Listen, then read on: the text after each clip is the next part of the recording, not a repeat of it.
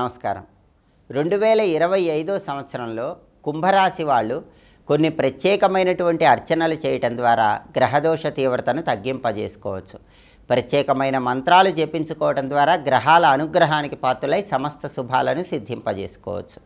2025 సంవత్సరంలో కుంభరాశి వాళ్ళకి ఏలినాటి శని పూర్తిగా నడుస్తోంది. 2025 మార్చి 30 వరకు ఏలినాటి శని జన్మంలో సంచారం ఉంది. దానివల్ల అనారోగ్య సమస్యలు ఉంటాయి. నడువు నొప్పి, వెన్ను నొప్పి, మోకాళ్ళ నొప్పులు, కీళ్ళ నొప్పులు, కాళ్ళవేళ్ల మధ్యలో ఒరుపులు, ఇలాంటి అనారోగ్య సమస్యలు మార్చి 30 వరకు కుంభరాశి వాళ్ళకు ఉంటాయి. మార్చి 30 తర్వాత శని ద్వితీయంలో సంచారం చేస్తున్నాడు. అంటే ఏలినాటి శని ఆఖరి దశలో ఉంటాడు. అప్పుడు కుటుంబంలో చిన్న చిన్న విభేదాభిప్రాయాలు వచ్చే సూచనలు ఉన్నాయి. వాక్పరంగా ఇబ్బందులు వచ్చే అవకాశాలు ఉన్నాయి. అంటే 2025 మొత్తం కూడా కుంభరాశి వాళ్ళ మీద ఏలినాటి శని ప్రభావం పూర్తిగా పనిచేస్తుంది. ఆ ఏలినాటి శని దోషం పోవాలంటే ప్రతిరోజు కూడా మంత్రశాస్త్రపరంగా కుంభరాశి వాళ్ళు ఒక ప్రత్యేకమైన మంత్రం చదువుకోవాలి. ఆ మంత్రం ఏంటంటే శ్రీరామదూతాయ హనుమతే నమః. ఈ ఆంజనేయ మంత్రాన్ని కుంభరాశి వాళ్ళు ఈ సంవత్సరం మొత్తం కూడా చదువుకోవాలి. అలాగే కుంభరాశి వాళ్ళు వీలైనప్పుడల్లా శనివారం పూట పంచముఖ ఆంజనేయ ఆలయ దర్శనం చేయాలి. అలా చేస్తే సంపూర్ణంగా ఏలినాటి శని దోష తీవ్రతను తగ్గింపజేసుకోవచ్చు. అలాగే ఈ 2025లో నెలకొకసారి శనివారం పూట శనిహోరలో నువ్వులు దానం ఇచ్చుకోండి. అంటే ఉదయం 6 నుంచి 7 మధ్యలో కానీ, మధ్యాహ్నం 1 నుంచి 2 మధ్యలో కానీ, రాత్రి 8 నుంచి 9 మధ్యలో కానీ ఈ శనిహోరలో కేజింబావు నల్ల నువ్వులు నల్ల వస్త్రంలో మూటగట్టి దానం ఇచ్చుకుంటే ఏలినాటి శని దోషం సంపూర్ణంగా తొలగింపజేసుకోవచ్చు. అదేవిధంగా కుంభరాశి వాళ్ళకి 2025 మే 15 వరకు గురుబలం లేదు. 2025 మే 15 నుంచి గురువు వృషభ రాశిలో నుంచి మిథున రాశిలోకి మారగానే కుంభరాశి వాళ్ళకి పంచమంలో గురువు సంచారం ప్రారంభమవుతుంది. చాలా అద్భుతం అని చెప్పాలి. 5వ స్థానంలో గురువు సంచారం అమోఘంగా యోగిస్తుంది. భగవంతుడి సంపూర్ణమైన అనుగ్రహం కలుగుతుంది. తీర్థయాత్రలు చేస్తారు, పుణ్యక్షేత్ర సందర్శనం చేస్తారు. వృత్తిపరంగా, ధనపరంగా మంచి ప్రయోజనాలు చేకూరుతాయి.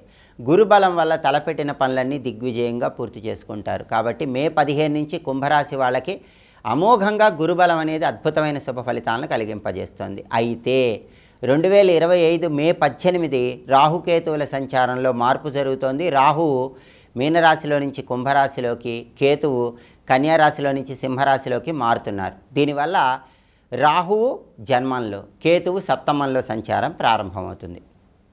జన్మంలో రాహువు, సప్తమంలో కేతువు వల్ల ఏం జరుగుతుందంటే అకారణ అనారోగ్య భయాలు వెంటాడుతూ ఉంటాయి. అంటే పెద్దగా అనారోగ్యం లేకపోయినా అనారోగ్య భయం కొద్దిగా వెంటాడుతూ ఉంటుంది.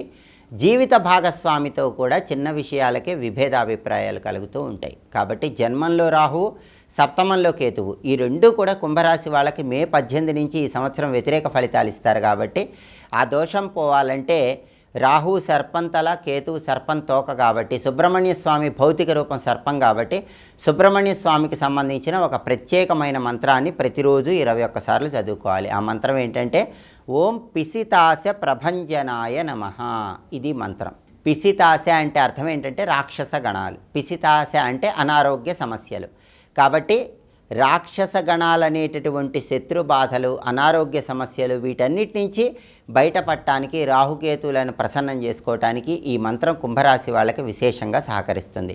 అలాగే కుంభరాశి వాళ్ళు 2025లో మే 18 తర్వాత మంగళవారాలు సుబ్రహ్మణ్య ఆలయంలో సుబ్రహ్మణ్యేశ్వర స్వామికి అభిషేకాలు చేయించుకోండి. ఆవు పాలతో అభిషేకం చేయించుకుంటూ ఉండండి. దీనివల్ల కూడా రాహుకేతు దోషాల నుంచి సులభంగా బయటపడవచ్చు. కాబట్టి ప్రధానంగా 2025 సంవత్సరంలో ఏలినాటి శని దోషం నుంచి బయటపడటానికి కుంభరాశి వాళ్ళు ప్రతిరోజు జపించుకోవాల్సిన ఆంజనేయ మంత్రం ఏంటో ఇంకొకసారి చూద్దాం. మరి శ్రీరామదూతాయ హనుమతే నమః ఇది మంత్రం. అలాగే మే 18 నుంచి జన్మంలో రాహువు, సప్తమంలో కేతువు ఈ రాహుకేతువుల వ్యతిరేకత వల్ల వచ్చే ఇబ్బందులన్నీ తొలగింపజేసుకోవటానికి ఏ సుబ్రహ్మణ్య మంత్రాన్ని జపించుకోవాలో ఇంకొకసారి చూద్దాం. మరి ఓం పిసితాశ ప్రభంజనాయ నమః మంత్రజపం చేయండి. ఈ ప్రత్యేకమైన పరిహారాలు పాటించండి.